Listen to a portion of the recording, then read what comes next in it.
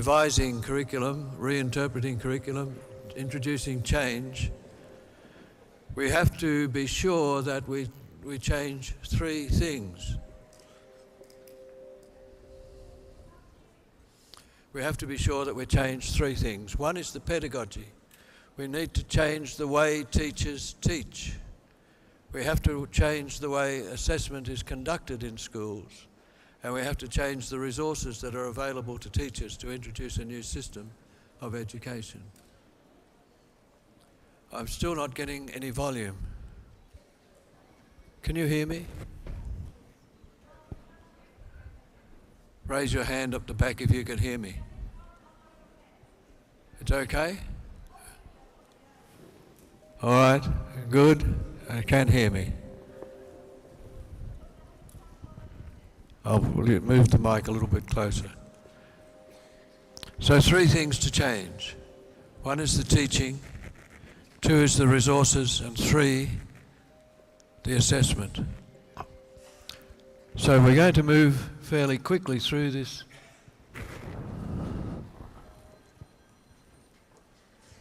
The technology is getting the better of me.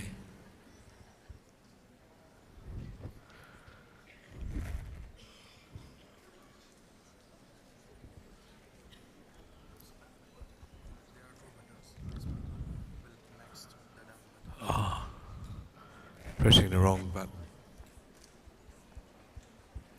So there are some principles on which the project is based. The first is that everyone can learn. There is no student who will not learn. But there is a premise on that promise. The first is that we're able to identify a zone of proximal development for every student. In order to identify a zone of proximal development for every student, we need to be able to develop a progression so that we can see how the students are progressing along a pathway of increasing sophistication. If we can place a student on that development progression, we can move them from one level to the next and everybody can learn. The next one is probably harder to sometimes accept. Assessment must focus on the skills acquired, not the scores obtained. So it's about skills, not scores. It's about evidence and not inference. Evidence is what someone can do, say, make, or write. Observable evidence. What people know, what they understand, what they think, and what they feel is an inference. We have to observe their behaviour to infer what they know and understand. So we focus first on the evidence. A competence-based model is about development of the individual and not deficits. We don't try to find what they cannot do and fix it. We try to find where they are on a developmental progression or a growth progression and move them along that progression using the zone of proximal development. It's about developing a construct, not the content. It's about using judgment, teachers developing their skills in judging a student's performance and making students' performance the centerpiece of the work. It's about the student, it's not about the teacher. As I observe in Saudi schools, generally the lesson is dominated by the teacher at the front of the class, teaching the content. We want to shift that so that the content, the emphasis is on what the student does. Those of you who attended the workshop a couple of days ago would have been through that experience of having the students the focus of activity.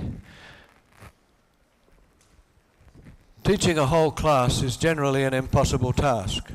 That is, if we had a teacher at the front of the class and teaching everybody at the same time the same things, usually it doesn't work. So we need to target the teaching to the zone of proximal development for every student and make sure that the student is given the focus, not the teacher in the classroom. Now when I raise the next one, On Tuesday in my workshop, I got a lot of arguments about not sharing good ideas. Everywhere I go in the world, I ask teachers to put up their hand if they share their good ideas with their colleagues. How many people do that? When you get a good idea, how many of you share your good ideas? Put your hand up if you share your good ideas with your colleagues. Well, the point is I want you to stop doing that. Don't share. Just because you think it's a good idea doesn't make it a good idea. You've got to challenge your colleagues. And the challenge has to be in terms of what does that good idea do to student learning. If it doesn't improve the student learning, if it doesn't improve the skills that the students are able to exhibit, it's not a good idea. It's only a good idea if you are able to challenge your colleagues in terms of the benefit to the students that they get from that idea. Now the next one is not do not know, it's do not know. Or it's about doing, not knowing. So these are the principles on which competency-based education in the curriculum will begin to be sorted out. We're also trying to develop the idea of collaborative teaching, teachers supporting one another. And the word collaboration often is used quite freely, but mistakenly for group work. Collaboration. Do we share the same goal? Can we make a unique contribution to achieving that goal? Can we see the benefit of what our colleagues are contributing as well? And finally, do we learn to depend on members of the team? We can make that simpler, saying, do we believe in the same thing? Do we give our own contribution? Do we receive the contribution from other people? And do we trust them to do their job? How many times do you see that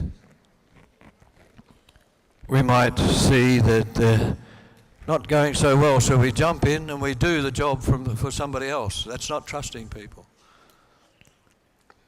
Evidence and inference is one that I've just explained. It's about what they do, say, make or write. Back at the University of Melbourne, when I teach this subject, I offer a first-class honour to any student who can come up with a fifth type of evidence. So far I've never had to do that. It's about development, not deficit, progressions, growth, progress, negotiation, self-regulation of the student. Now this is going to be a little bit interesting to think about using tests. The best score for a student on a test is not 100%. If a student gets 100% on a test, we don't know where they are. They're just off the scale. So the best score that a student can have is 50%. If we start off with the easiest question and we make the test progressively more difficult, the breakdown point of the student is the zone of proximal development.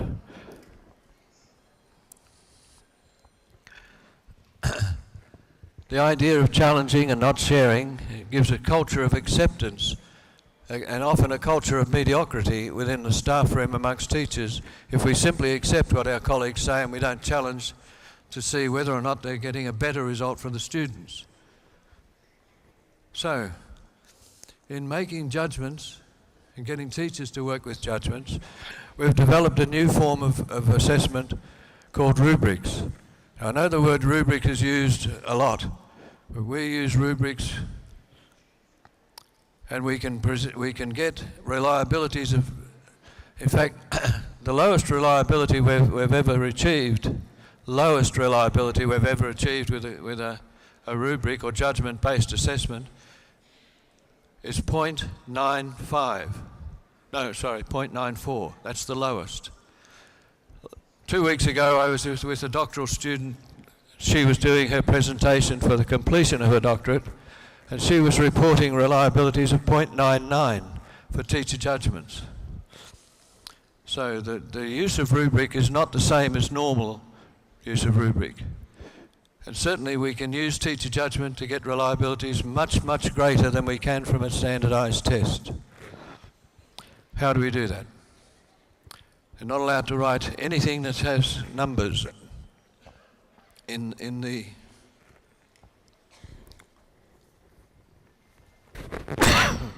Can I get some water? My voice is going.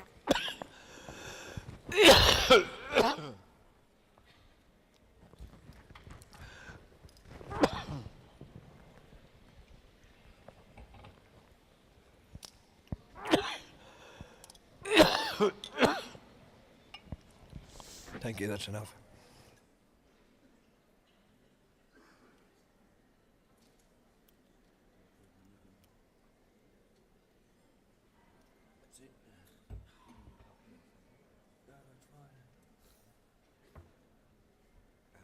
I was about to say talk amongst yourself for a little while.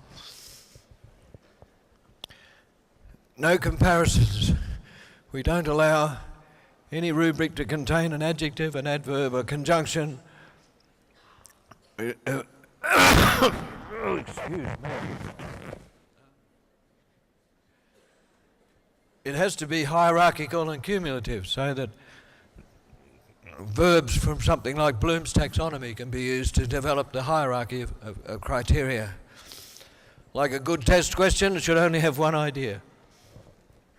It has to be directly observable. It has to stretch the best.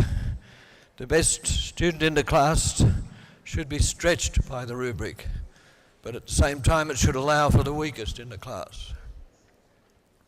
We don't have to give the rubrics a weighting because they are weighted by their ability to discriminate between the good and the weaker students.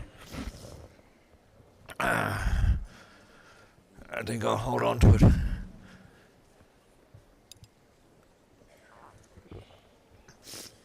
We use no more than 4 criteria, because if we use too many, psychometrically we get disordered thresholds.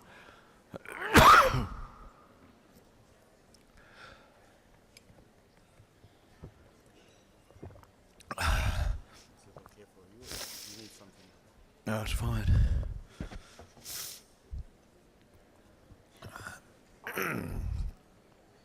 The rubrics should also be self-evident. Students should be able to assess themselves.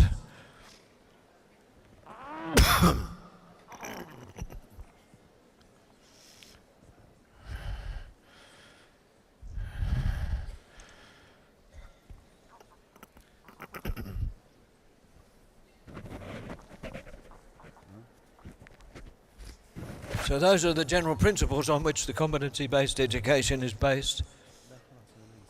And we want to retain the curriculum as it is, but make room for 21st century skills such as creativity, communication, collaboration, critical thinking. We need to build those into the curriculum. We need to combine a combination of competence and quality and link competencies to schoolwork and enable school-to-work transition to take place. We want to change the reporting model as well. So there's no point sending home a report to parents which has an A to F grade on it, or a score, a percentage. School reports will no longer have those percentage scores or grades. They will report a skill level and the progression that the student is on. So if we're going to look at a competency-based curriculum, what is competence?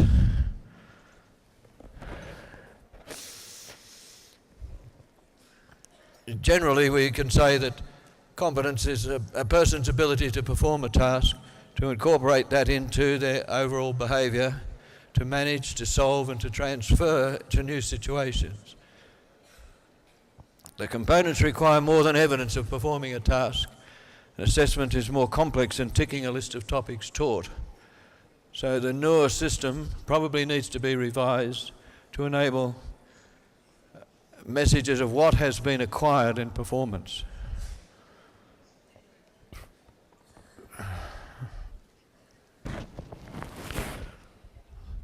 Now, nobody operates at their maximum competence all the time. People do that. They vary their level of performance depending upon the context that they find themselves in.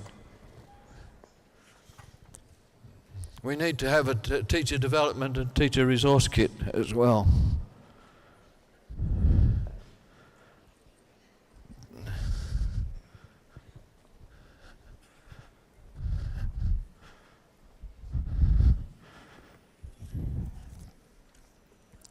The book Assessment for Teaching covers all of those matters that we've just discussed. Cambridge University Press has agreed that 500,000 copies of this book can be made available for so that every teacher in Saudi Arabia is able to download a copy of this book free.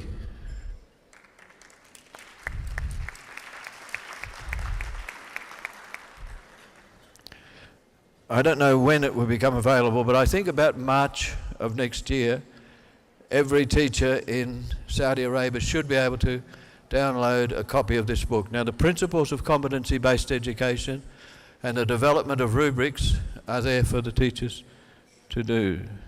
So,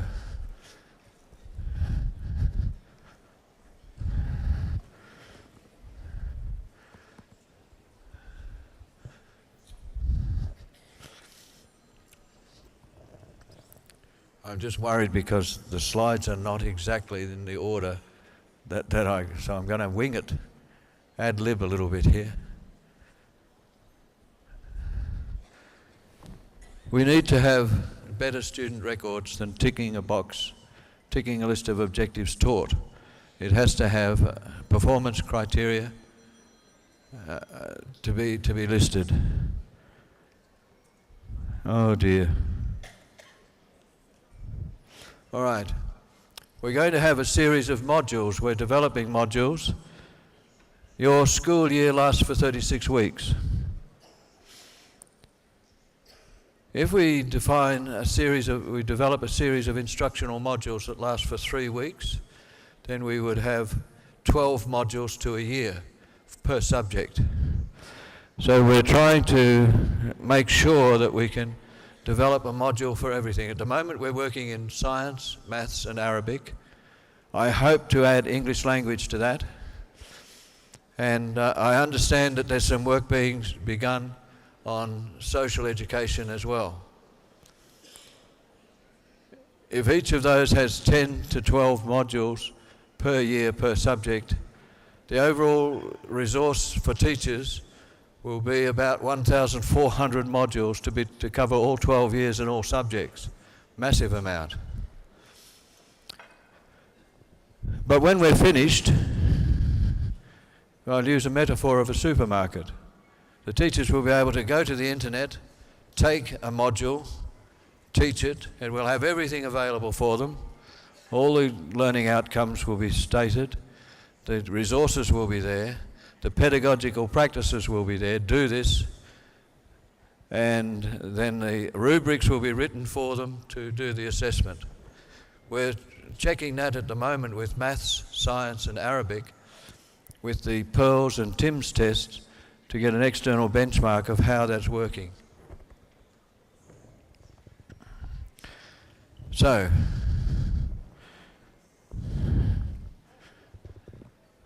the module itself, I'm going to illustrate this with two subjects. One is on hospitality in a TVET subjects, where we've done this in Australia for vocational education. And we haven't yet finalised any modules here in Saudi Arabia, so I can't demonstrate it with that. But I can show you the model that's being used, and it's being used and calibrated using the Rash Model. What we have is the rubrics, the outcomes, learning outcome statements will be measured, and the indicators and criteria. So a rubric is a combination of an indicator, evidence, plus criteria, how well. So we look at the learning outcome and we say, what are the indicators, what is the evidence that that learning outcome has been achieved? And the indicators are then described as how well someone does it. Now, the indicator plus the criteria gives us like something that looks like a multiple choice test. And we can model the assessments on that. I wonder if this works. Doesn't.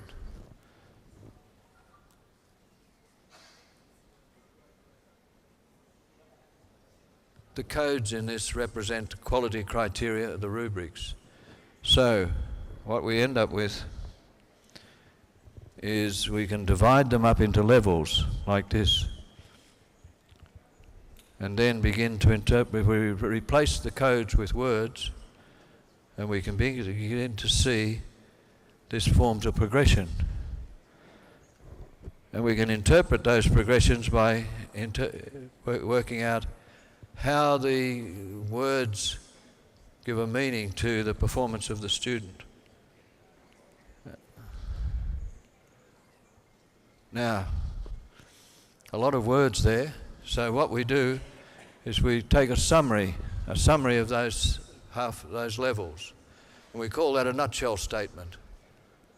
So let's get rid of the large volume and just look at the nutshell statements for a module. Turn that on its side. Make it legible. Add more to it. And over a year we would have 12 modules for this particular subjects. Now, what we can do with this is we can turn that on its side, and it looks just like the map of the previous one. We can allocate that again, change the codes to words,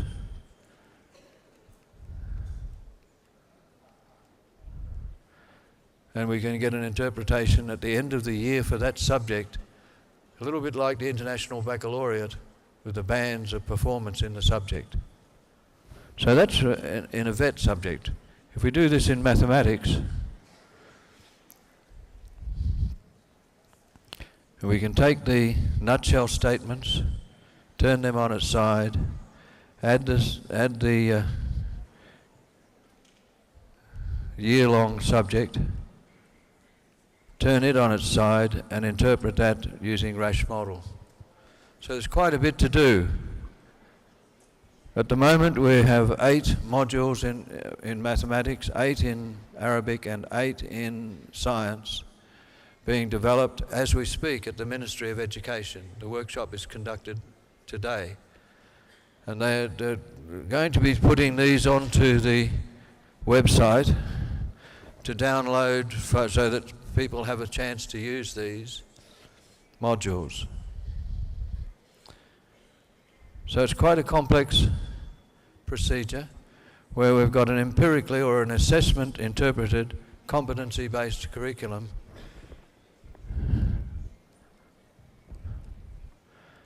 using descriptions of performance from the Rash model of the data. What we're now going to attempt to do is to re-administer TIMS tests in maths and science at grade 4 level, and then use the teacher judgments to equate the teacher judgment to the TIMS test scores so that we can build the modules of science and maths onto the TIMS test. And because of the program of international reading literacy, or PEARLS, we're going to be able to map the reading literacy onto the PEARLS continuum as well, so that we'll have an immediate international benchmark. Now when we compare that to the 2030 goals for education, and we look at the gains in TIMS, and the gains in PEARLS, and the gains in PISA, they are very, very ambitious. So what we'll be able to do is that every student will be able to be mapped onto the TIMS scale using a teacher judgment. It's quite a radical shift in the way in which we're starting to develop these things. So I'll come back to the way in which the school curriculum will start to look is that the modules on the left-hand side, the orange is total, is a description of the content. The green levels and the blue levels are the levels of competence within a module that the teacher has developed. By treating each of these rating scales or modules independently, we can get the overall performance for the year to work through that.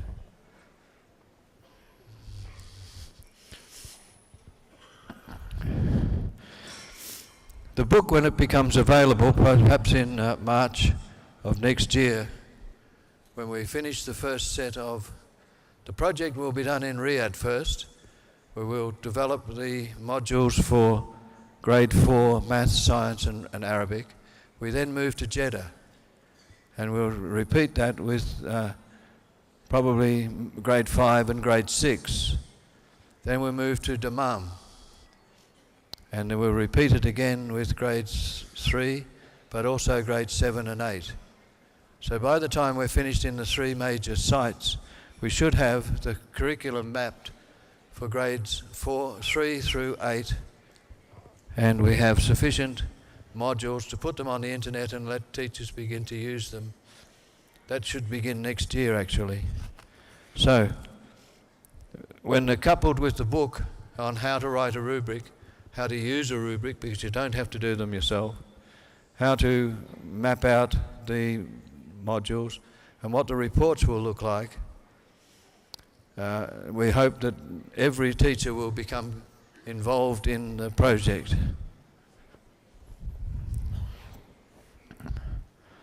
Now I'm 5 minutes early. Yes? Questions? From my side or their side? You finished or? Yes. Okay. All right, thank you. Thank you so much, Professor Griffin, for making it short.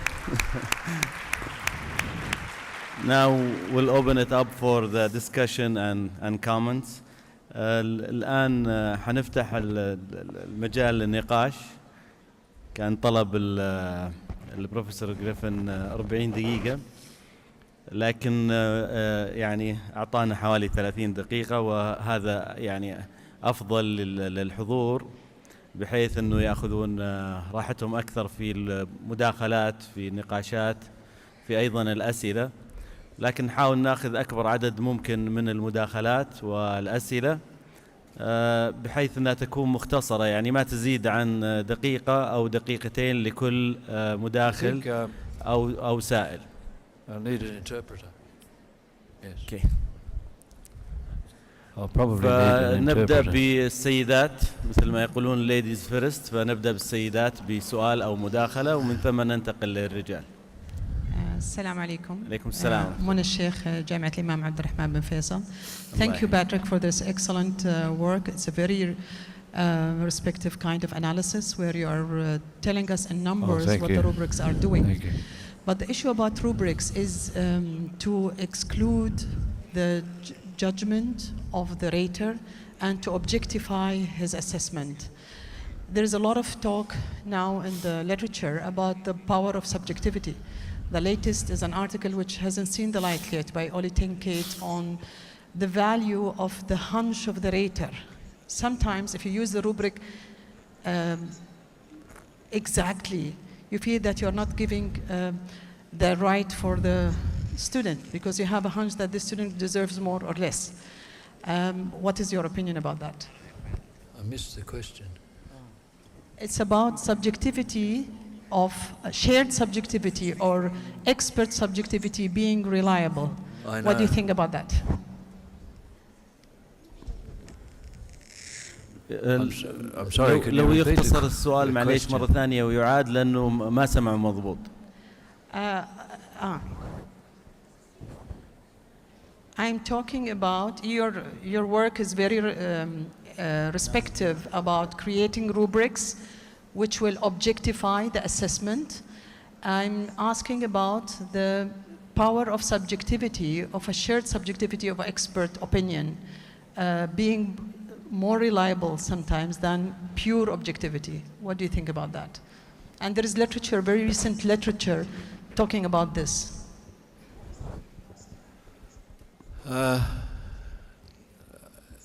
Subjectivity is not a bad thing. If we need teachers to make judgments about student learning, they must have their judgment and they must be taught how to make a judgment. Rubrics will help teachers understand what the judgment is, and when we're developing rubrics for teacher judgment, we need to make sure that the steps within the rubric are very large, so there is no doubt whether the student meets a particular criterion or fails to. The reason we set a maximum of 4 criteria, 4 levels of performance within a rubric, is that if we put too many levels in the rubric, teachers begin to lose the ability to discriminate between the student performance. Psychometrically, what happens then is that the graphs that we can draw begin to overlap and disorder. So instead of the first, second, third, fourth being in that order, they might end up being the first, fourth, third, second. So subjectivity is only a problem if the rules for judgment are not clear and if the judgment is not then validated. With the book, if you particularly read chapters 5 and 6 of the book, it explains all of that to you. Subjectivity is a good thing. It gives the teachers control of the assessment. And we can almost guarantee that when we get our rubrics right for the modules, they will be more accurate, more reliable than standardized tests.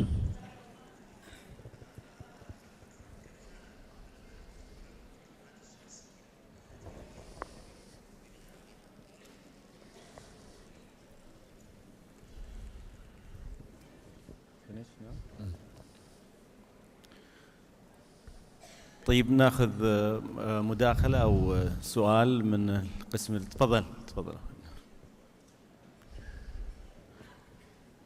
طيب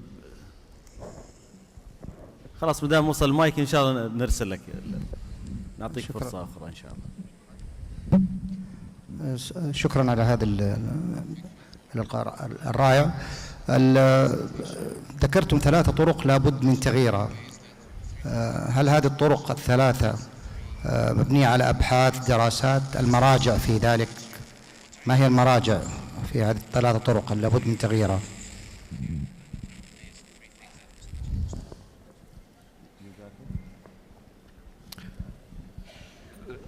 Thank you for the question. Why? 2 parts to that, I think. Why am I saying there are 3 things that must change? And what is the evidence for this? Is that correct? Curriculum reform around the world has been slow, but a huge amount of curriculum reform has been undertaken. Almost inevitably,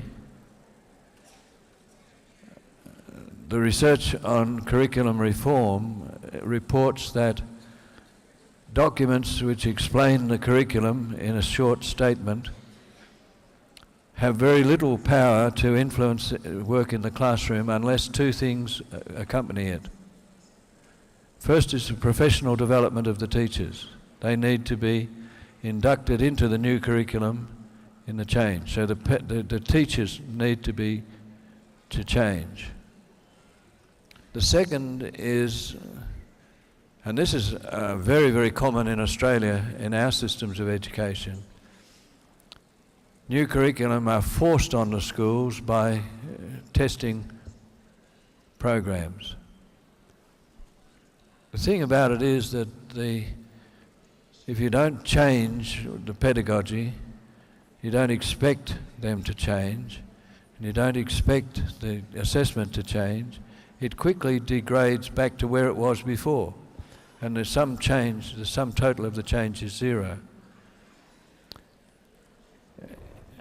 In Saudi Arabia, the typical teaching method is for the teacher to be at the front of the class teaching 30, 40 students all at the same thing. In a competency model, that will not work. It has to be about what the students do, not what the teachers do. Teachers need to become facilitators of change, not purveyors of content. The current state of knowledge in the world is such that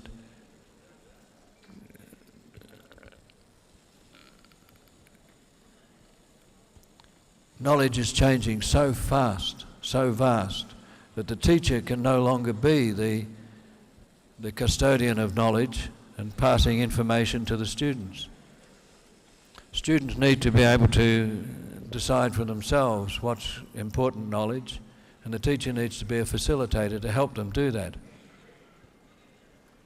So the pedagogy must change. The curriculum resources must also include internet. Students need to be able to access new resources. As we move into a new era known as the fourth industrial revolution, when we had the first industrial revolution of the 1890s introduced mass production. The second industrial revolution in the 1960s with computers introduced digital. Then the third industrial revolution introduced robots. With every change, occupations disappeared, new occupations appeared, new knowledge appeared. The fourth industrial revolution involves intelligent machines, artificial intelligence. And I think Sue Horner yesterday showed some of the effects of that. But there is a fifth industrial revolution on our doorsteps already. It's about virtual reality, augmented reality, 3D printers, all of this becoming available very inexpensively, very cheaply, and will be in schools within the decade. The fact that the teacher cannot cope with that level of rate of change, nor can the curriculum, nor can the system of education cope with such rapid change. So we need to be able to have a system of education which enables the teacher to help the students learn, not to teach the content itself. We need the teachers to be able to make quickly rapid judgments of the students' progress, and we need to be able to have those progressions where the student placement is possible. Such change in education can't be done with the teacher standing in front of the class and passing on all of the knowledge that the teacher has to the student, because pretty soon the teacher will be not replaced, but certainly changed. I commend two other books to you. I'll see if I can find, I think they were on the slide.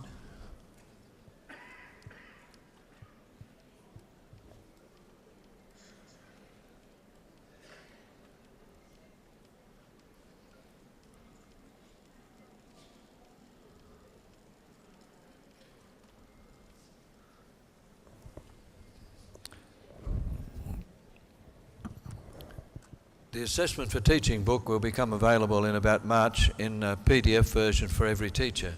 The other two books need to be read by leaders of the system, the assessment and teaching of 21st century skills. The first volume is the conceptual framework for the tasks, illustrating that with change in new ways of working are being developed, new ways of living, new tools for working and new ways of thinking. For about 6 years I led another project on collaborative problem solving. We developed ways to use the computer to measure students' collaboration and problem solving, and in the PISA project of 2015 that was tested in 63 countries. So the second volume at the bottom is assessment and teaching of 21st century skills, methods and approaches, and that is a very scientific analysis of how that was done and how traces and the computer can be used to assess students quite remotely. Those two red books would be things that people do need to read in terms of justifying changes in education. In the first volume, I think we had 250 people contributing to that from around the world. They're very important books, I think, for changes in 21st century learning. Thank you. Okay. Thank you.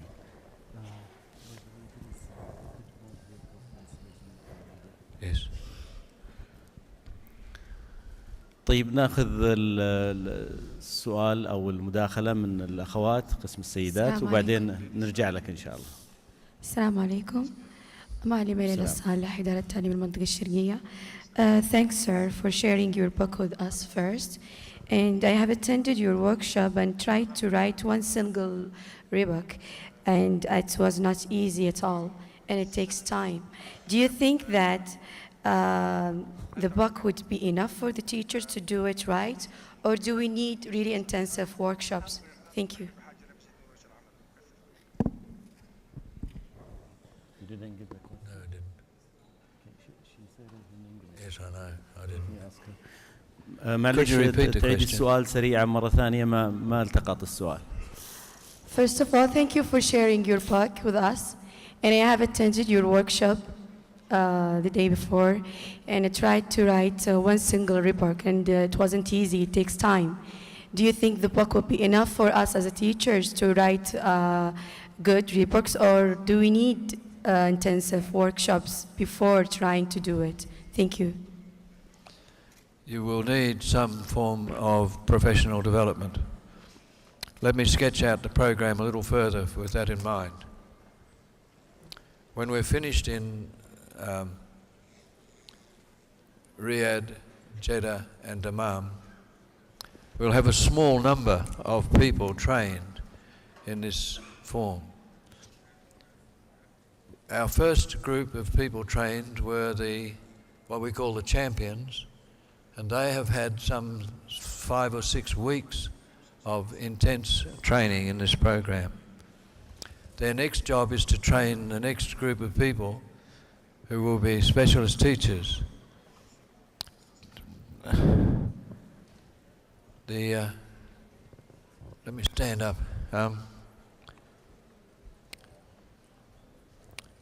We call the champions Tier 0, and there are 24 of them. Their job is to train the next group, become champions and public relations people associated with the change, and eventually they will be spread throughout Saudi Arabia to support an online program. The next level is teachers, to become more expert in the way in which they're teaching rubrics, teaching modules.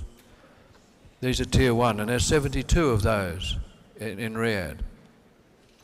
Their job will be now to go into 24 to 32 schools in Riyadh and teach the school leadership group about the change of model. They're the Tier 2s. Tier 3 are classroom teachers, and they will be trained by the school leadership group. But eventually we'll put all of this onto the internet, And the internet will provide a training program, and the tier 1s and the tier 0s will become a resource spread throughout Saudi Arabia to help people take on the training. So you will not just read the book, grab the modules, you'll need to be trained by these people.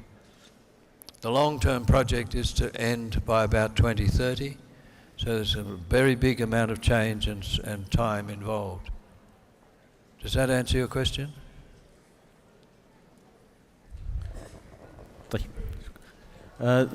I think this is the last question. بيكون آخر سؤال من عندنا. السلام عليكم. معكم الأستاذ محمد كارع، معلم رياضيات حاليا ضمن برنامج كفايات تير 1. سؤالي وهو كالتالي: أنت يا دكتور باتريك ذكرت في العرض التدريس التعاوني، وكلمة التعاوني لا تتفق مع كلمة التشاركي اللي هي تخدم برنامج كفايات. أتمنى توضيح النقطة هذه لأنه بينهم فرق وليسوا مرادفات. السؤال الثاني بالنسبة للأفكار الكبيرة 10 اللي أنت ذكرتها، من ضمنها المهارات وليس الدرجات. كيف يكون انتقال الطالب من المعيار المتدني إلى المعيار الأعلى؟ هل بإتقانه للنشاط ومن ثم ينتقل؟ أتمنى توضيح ذلك ولكم جزيل الشكر.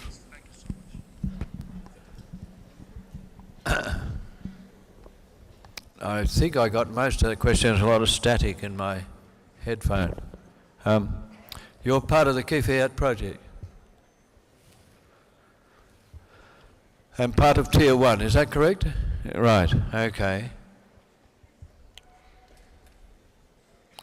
You're at the moment in the middle of field work, ready to test and implement the module that you've been developing, and in 2 weeks' time you'll be making a presentation on the module that you've developed to senior members of the ministry. Is that right?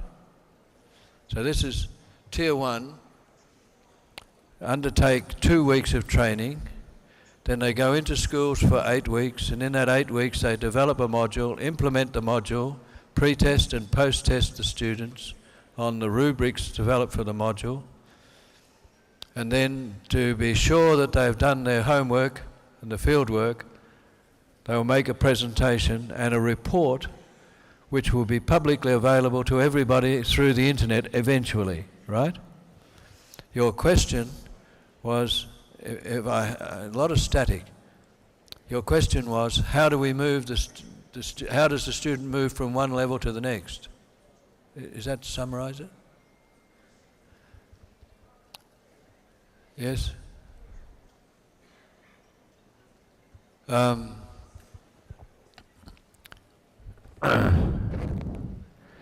That's a pretty important question for me. I would assume that you would have used something called a Guttman Chart to demonstrate the student's pre-test position and the student's post-test position. It's not mastery. It's not an issue of mastery learning. It's using social constructivism, Vygotsky's zone of proximal development, and seeing that zone move for every student, because you target the instruction at their zone of proximal development. Your judgment then is used to map the post-test score or the post-assessment of the rubric. It's certainly not mastery learning. It's progressions of increasing competence. 4 theories underpin this. One is a Rash model. Rash was a Danish mathematician, and he developed a very simple mathematical model to illustrate the difference between the ability of a person and the difficulty of a task. When the person is more able and the task is difficult, we expect this person to be able to do that task.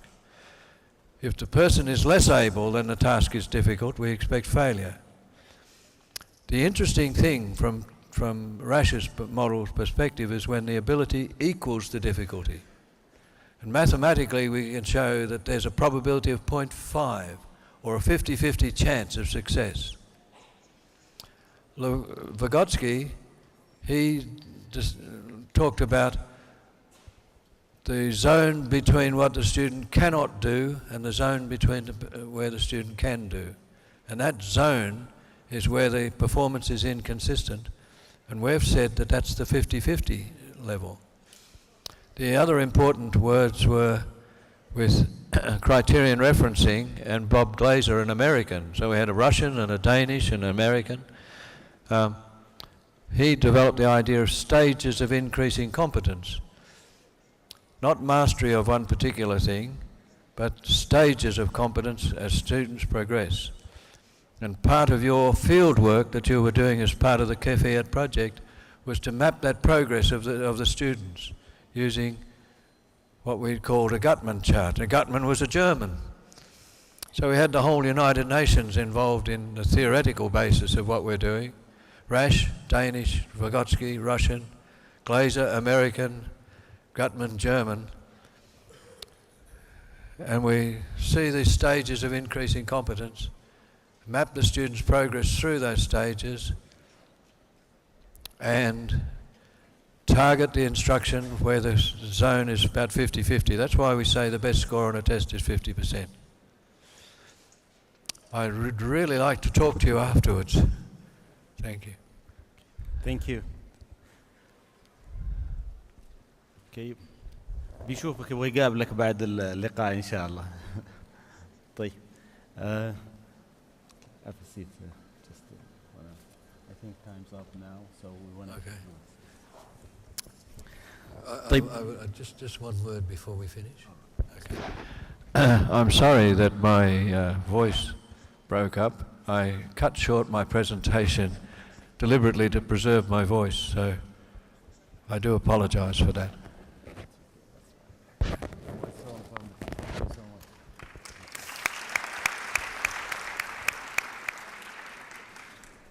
شكرا جزيلا للبروفيسور جريفن. كانت محاضرة ثرية ومليئة بالمعلومات، والحقيقة كان فيه ووركشوب للبروفيسور يوم الثلاثاء الماضي وكان 3 ساعات، فهو حاول يختصر الموضوع اليوم. أيضا يمكن الوركشوب 3 ساعات أيضا المناقشات الأخرى قد تكون أثرت نوعا ما على صوت البروفيسور، لكن مع ذلك أكمل. شكرا له. وأيضا أذكركم بملء الاستبيان اللي موجود كتطبيق على الموقع للمؤتمر. هذا سيفيدنا كثيرا إن شاء الله في المستقبل لأيضا أخذ ملاحظاتكم وأخذها في عين الاعتبار.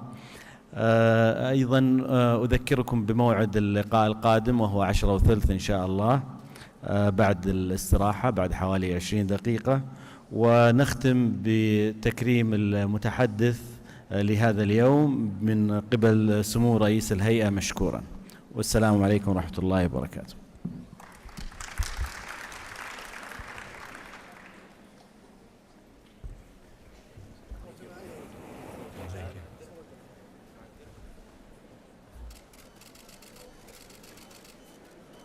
Thank you.